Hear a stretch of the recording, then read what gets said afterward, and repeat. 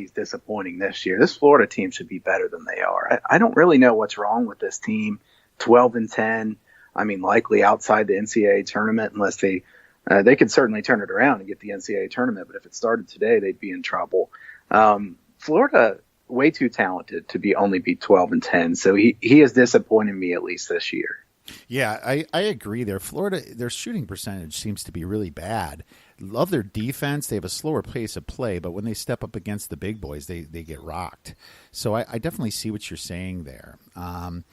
But mine are, I have Frank Martin from South Carolina. And only because he was looked at so highly the last couple of years. And now if you look at this team and how they turn the ball over, making dumb mistakes at the end, they don't really seem to get in a rhythm. I liked Frank Martin 2 years ago. Now I'm downgrading him a little bit, and I think my stock's lowered on him. And so concerned there a little bit.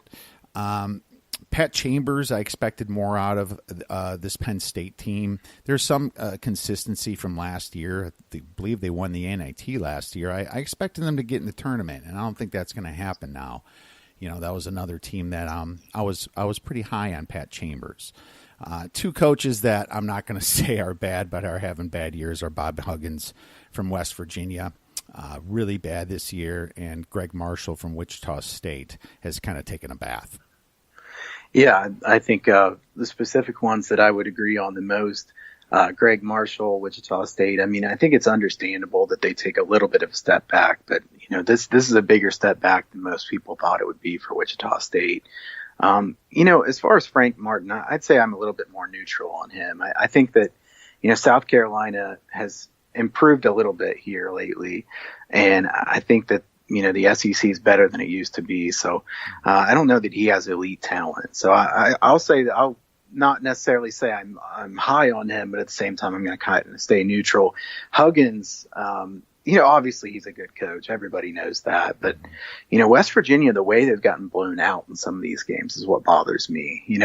This is a team that's pulled a couple big upsets, and yet here they are just getting run off the court in some of the other games. And I think that surprises me the most in that, not are they just failing to cover the spread or failing to win the game, they're just getting blown out. Yes. And when they beat Kansas, we should have saw that it was a fade time for that team because Kansas was way down this year. And I think they're 1-5 or 1-4 or something against the spread as an away team.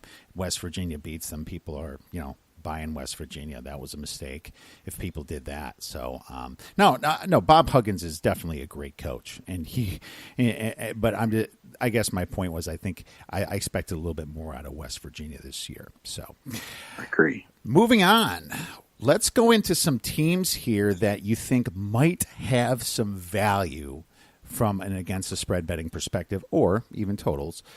Who are some buy low teams right now? Buy low, I'm going to take Eastern Michigan. This team played a really good non-conference schedule. Look, not many teams from the MAC play a really, really tough non-conference schedule. I know Eastern Michigan played a top 5 non-conference schedule in the country. They're also a tough matchup with their zone defense and their height. It's a tall team, a lot of length.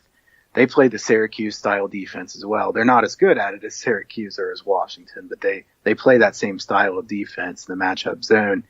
I think that's a tricky matchup, and I think when you've played as many good teams as they have in the non-conference, you're a dangerous team. And then the other one I have is a buy low team, Rider. This is way under the radar in the MAAC. I think Rider's the most talented team in the MAAC, and I don't think it's even close. 6-16 ATS so far this year. You want to look for these teams that haven't done very well ATS so far this season that you think are really quality teams, because I think that a lot of people look for the teams that are, struggling ATS and just kind of blanket statements say, well, I'll take the team that's, 6-16, 5-17, whatever it is, ATS. They have to be better than this. Some of these teams start packing it in this time of the year. You don't want a team that's just decided that they want to wait for next year or they're ready to be done with this. February is about the time of the year. It's getting close to the end of the season for some of these smaller schools.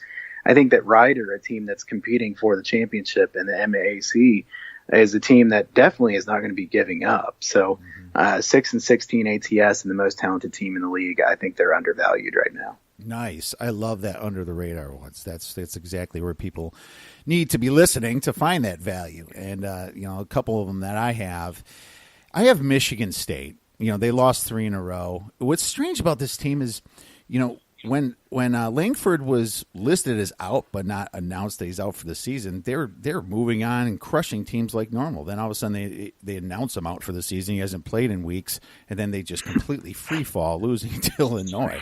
I thought that was very strange. They do play Minnesota next, and I believe they get them at home. What sucks for me is I'm kind of high on Minnesota too this year. I think they're rebounding fantastic, but Michigan State's definitely, after the Minnesota, and depending upon what Wisconsin does at Michigan, would be a buy low team for me. And definitely people are going to be scared to bet them now after that 3-game skid. So I'm definitely going to be eyeing up Michigan State, possibly be betting them the next 2 games. Colorado's another team that's kind of been impressing me a little bit.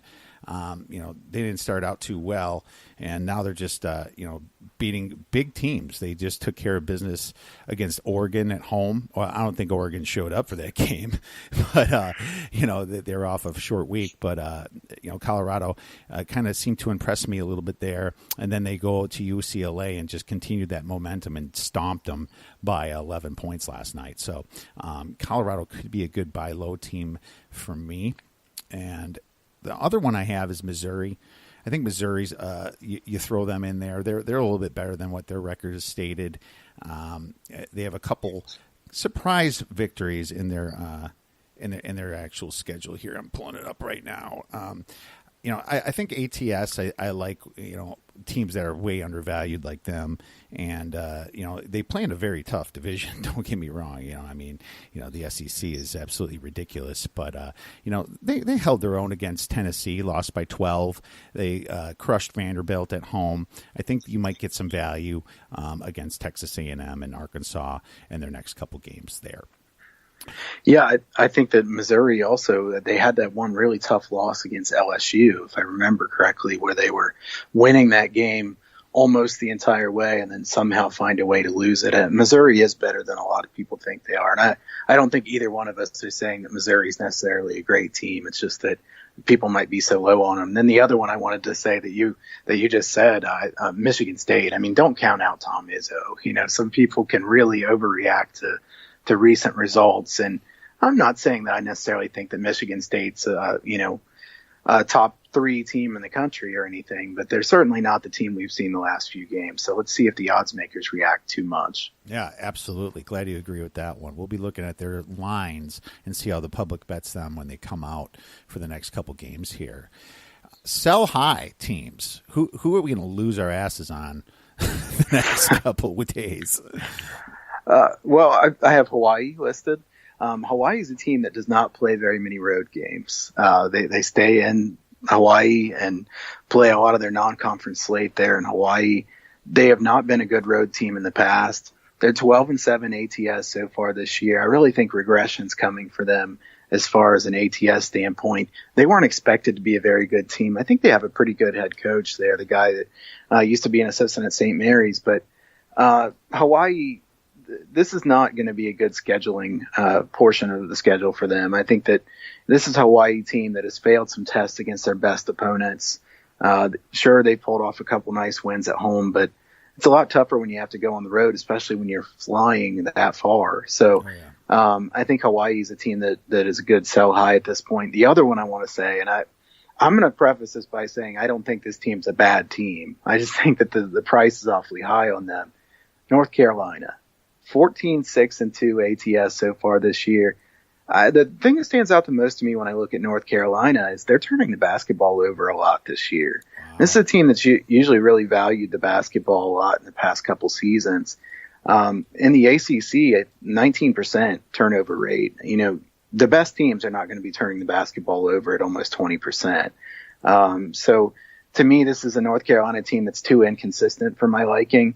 If you're an inconsistent team and you're 14-6-2 ATS, then I'm going to think I should sell high on you.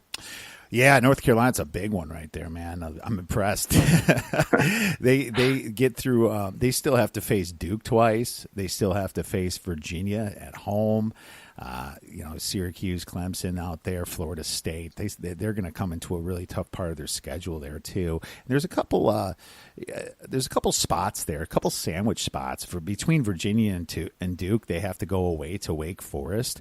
If Wake Forest puts up an effort like they did against Pittsburgh the other night, I could see them covering that 18, 20-point big spread, So that's one to think about on Sunday here.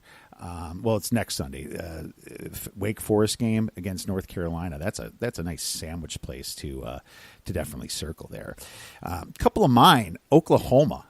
Oklahoma was killing it for a while against the spread, and now I'm just not so sure. They did lose the last 3 games in a row. I think they had a shot last game to make a statement against Iowa State, and they kind of choked that one away. I don't see how they can get up on Saturday at home against Texas Tech after that thing. Texas Tech's going to be motivated to continue on. They, beat West Virginia. Then, they had that loss to Kansas. So Oklahoma is not anybody that I want to bet on. Not necessarily going to bet against them, but definitely don't want to be on Oklahoma. Ole Miss started out great this year, and you saw them, they're starting to kind of show their true colors, I think. Ole Miss was a team that was an ATS darling about 2-3 weeks ago. That's one team that I definitely do not want to be on when they're getting to the tough part of their schedule. LSU, LSU is not surprising people anymore, I think. I think LSU was awesome. Just people would kind of, go into LSU, just kind of think it's the same old LSU, and they've been taking care of business. They play fast. They have great depth, but I'm not going to necessarily, after what they've been doing, I think there's possibly more value to fade some of them. They play a tough Auburn team coming up this Saturday, and then they have Kentucky coming up. So boom, boom right there. And the last one that I think that was a little bit overvalued is Oregon State. I think Oregon State kind of flew under the radar in the Pac-12 as well, and I think they'd be a possible fade team for me. Yeah, I like Oregon State as one there. Also, I think that they're an improved team, but maybe not as improved as they look like they are right now. They don't have that many scoring options. I know they have a couple good first options, especially the coach's son, Tinkle. But, to me, Oregon State, not a very deep team. And in the long run, that's a concerning sign. The other one that you said that was definitely one that I considered was Ole Miss. Ole Miss is an improved team as well, but the price has gotten too high on them. Everybody saw what they were doing and, just covering spreads consistently. If you're a fairly big name team and you're covering the spread that high of a rate, you're going to get overvalued. And I think they're overvalued right now also. Awesome. Well, let's move on then to do you have any sleeper teams here that you think could make the tournament so you can make some money off of that ticket? Stuff that's got, maybe over 80-1 value, or somebody that just has value at all. Yeah, I'm going to say Utah State, the team that I mentioned with Craig Smith earlier. Now, this is a really long shot. I don't even know what the odds are on them right now. I don't even know if they do have odds listed for Utah State. But I think they're an under-the-radar team that's a lot better than people think they are. The Mountain West is not a very good league. It doesn't get the kind of coverage it did a few years ago when there were quite a few good teams in the league. But, Utah State might make the tournament. It's at least a possibility. If you look at the bubble right now, there's a lot of weak teams on the bubble, so if you finish the season strong in a mid-major, you have a chance. And I don't want to get on any kind of rant. I know the NCAA doesn't really like putting mid-majors in, or if they do, they'll put them in a bad spot to try to, make it hard for them to win very long. But I think that, Utah State is one of those teams that most people wouldn't even think of that I think at least has a chance of making the NCAA tournament this year. Yeah, I see them at 500-1. So definitely not bad to put some lunch money on that, and right. It's something that you don't even care about losing because they most likely wouldn't make it, but you can surely make some money off that ticket once they get in. So I really like that one. Mine are, I have Lipscomb. I think they, like you said before we started recording, this team could get in as an at-large even, even if they don't win their conference tournament. They've been on a fire lately, and that was one of my favorite coaches to buy stock on over there with Casey Alexander. So I think Lipscomb, if you can find some odds on them, you definitely have a great shot there and making money off that ticket. The other one I have is Purdue.